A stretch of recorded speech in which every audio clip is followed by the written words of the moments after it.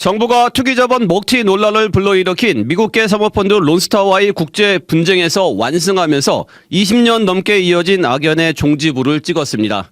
앞서 국제투자 분쟁해결센터는 우리 정부에 약 4천억 원을 배상하라고 판정했지만 판정 취소 신청이 받아들여지면서 배상 책임이 소멸된 건데요. 자세한 이야기 사회부 박효진 기자 연결해 알아보겠습니다. 박 기자. 네, 론스타 사태 해결되기까지 긴 시간이 걸렸습니다. 어떻게 시작됐는지부터 설명해 주시죠. 네, 론스타 사태는 외국계 사모펀드인 론스타가 외환은행을 헐값에 인수한 뒤 고가 매각을 시도하며 벌어진 먹튀 논란에서부터 시작됩니다. 당시 론스타의 외환은행 인수 자격을 놓고 논란이 제기됐고 감사원의 감사와 검찰 수사가 이어졌고요. 론스타는 2003년 외환은행을 약 1조 3천억 원에 사들인 후 2012년 하나금융지주의 약 3배 가까운 가격에 매각하면서도 오히려 한국 정부로 인해 고가에 매각할 기회를 놓쳤다고 주장했습니다. 결국 론스타는 2012년 11월 국제투자의 분쟁 해결기구에 투자자 국가 분쟁 해결 소송을 제기했는데 손해배상 청구 금액은 46억 7,950만 달러, 우리 돈으로 6조 8천억 원에 달했습니다. 지난한 소송전은 그때부터 시작됐습니다. 네, 그렇군요. 지난 2022년 한국 정부가 론스타에 배상하라는 판결이 나왔어요. 이번 판정, 그걸 결국 뒤집은 거죠? 네, 사건을 심리하던 중재판정부는 2022년 8월 한국 정부가 론스타에 2억 1,650만 달러를 지급하라고 판정했습니다. 론스타 측은 배상 금액이 충분하지 않다며 2023년 7월 판정 취소 소송을 제기했고요. 우리 정부도 같은 해 9월 판정 취소 소송을 냈습니다. 중재판정부는 이후 2년여간의 수고 끝에 한국 정부 승소 판정을 내린 겁니다. 네, 결국 판정 취소 신청이 성공한 건데 핵심 사유는 무엇이었습니까?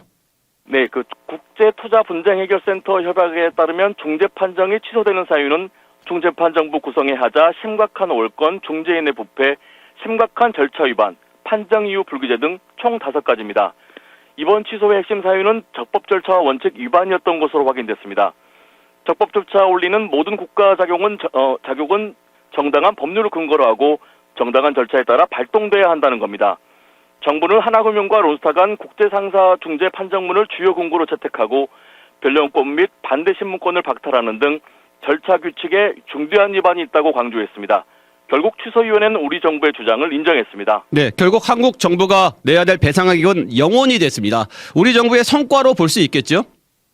네, 정부는 어제 긴급 브리핑을 열어 정부의 성과라고 강조했습니다. 김민석 국무총리 이야기 들어보시죠. 이는 국가 재정과 국민 세금을 지켜낸 중대한 성과이며 대한민국의 금융감독 주권을 인정받은 것입니다. 예, 법무부 역시 우리 정부가 사실상 완승한 사건이자 국제투자분쟁 판정 취소 절차에서 최초로 승소한 기념비적 사건이라고 평가했습니다. 법무부 관계자 이야기 들어보시겠습니다. 이번 사건은 ISDS 취소 절차에서 우리 정부의 배상 책임이 취소된 최초의 사례이자 전 세계적으로 대략 7조 원가량의 막대한 배상 청구를 중재 판정의 취소 절차까지 가서 전부 방어한 획기적인 사건으로 기록되게 되었습니다. 네, 박 기자, 다만 이번 성과를 두고 정치권에선 누구의 공인지 여러 논쟁이 시작된 것 같아요. 예, 맞습니다. 이번 승소 굉장한 성과이기도 하지만 과정을 두고는 여러 뒷말이 나오는 모습입니다. 판정 취소 신청을 주도한 이는 당시 법무부 장관인 한동훈 전 국민의힘 대표로 그 시절 야당인 민주당이 이자만 불어날 수 있다며 격렬하게 반대한 이력이 있기 때문입니다. 송교현 대통령실 경제안보비서관은 당시 취소 절차에서 한국 정부의 배상 책임이 없다는 법적 결론이 판정으로 나올 가능성은 제로라고 지적했고요. 당시 민주당 현역 의원이던 박용진 전 의원도 로펌만 배불릴 행정핵이라고 꼬집기도 했습니다. 승소 소식이 전해지자 한 전 대표는 민주당 정권은 뒤늦게 숟가락 얹으려 하지 말고 당시 이 소송을 트집 잡으며 반대한 것에 대해 국민께 사과하라고 밝혔습니다. 네, 여기까지 듣겠습니다. 사회부 박효진 기자 수고했습니다. 지금까지 CBS 박지환의 뉴스톡이었습니다. 노컷으로 보는 뉴스의 새로운 기준. 지금 알림과 구독 설정하시고 함께하세요.